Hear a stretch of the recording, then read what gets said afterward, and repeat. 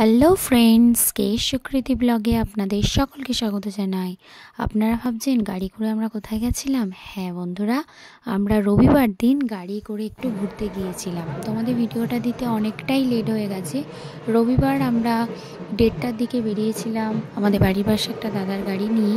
আমরা একটু বড়গাছিড়ি গিয়েছিলাম আর পৈলান মন্দির। আমাদের মেন উদ্দেশ্য ছিল পৈলান মন্দির যাওয়ার, কিন্তু এর আগে বড়গাছিড়ি গেছি, তখন খুব ভিড় ছিল। তাই আমরা মা বললো যে একটু বড়গাছিড়ি থেকে ঘুরে তারপর পৈলান মন্দিরে যাব। আর পৈলান মন্দিরের গেট খুলে বিকাল 4:30টার সময়, 6:30টার সময় সন্ধ্যা আরতি হয়। সন্ধ্যা আরতিটা আমরা আর দেখিনি, কারণ সোমবার আমার কম্পিউটার এক্সাম ছিল, তাই তাড়াতাড়ি ফিরে আসতে হয়েছে। আর আমরা চারপাশটা খুব সুন্দরভাবে ঘুরে দেখেছি। সামনটা ঘুরতে পারবেন, পিছনটা ঘোরা যাবে না। তারপর ওখানে গেটের ওখানটা জুতো খুলে ভিতরে ঢুকতে হবে।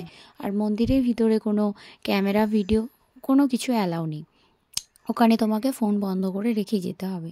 এছাড়া মন্দিরের ভিতরটা খুব সুন্দর কারুকার্য করা। আপনারা যদি পারেন অবশ্যই একবার পৈলান মন্দির ঘুরে আসবেন। এটা হচ্ছে আমতলা রোডে, খুব সুন্দর করেছে। মানে যেখানে গেলে মানুষের মনটা শান্তি হয়ে যায়, যেখান থেকে আসতে ইচ্ছা করে না। ভগবানের এত সুন্দর রূপ, এত বিগ্রহ, এত সুন্দর, যেটা দেখলে সত্যিই মানে মন মুগ্ধ হয়ে যায়, শান্তি হয়ে যায়। আর এখানে প্রসাদ বলতে 100 টাকা করে প্রসাদ কিনতে পাওয়া যায় বাইরে। আর ভিতরে শ্রীকৃষ্ণের বিগ্রহে স্নান করানোর জন্য ঘটি করে গঙ্গা জল দেওয়া হয়। আর দুটো সন্দেশ মতো প্রসাদ থাকে, আর গঙ্গার জল একটা কন্টেনারে দিয়েছিল। আর আমরা ওখানে স্নান করেছিলাম, আমি, আমার মেয়ে আর আমার মা। মেয়ের টিকিট নেয়নি, বাচ্চাদের 5 বছরের মধ্যে বাচ্চারা তাদের টিকিট নেয় না সাধারণত। ভিডিওটা কেমন লাগলো অবশ্যই কমেন্টে জানিও বন্ধুরা।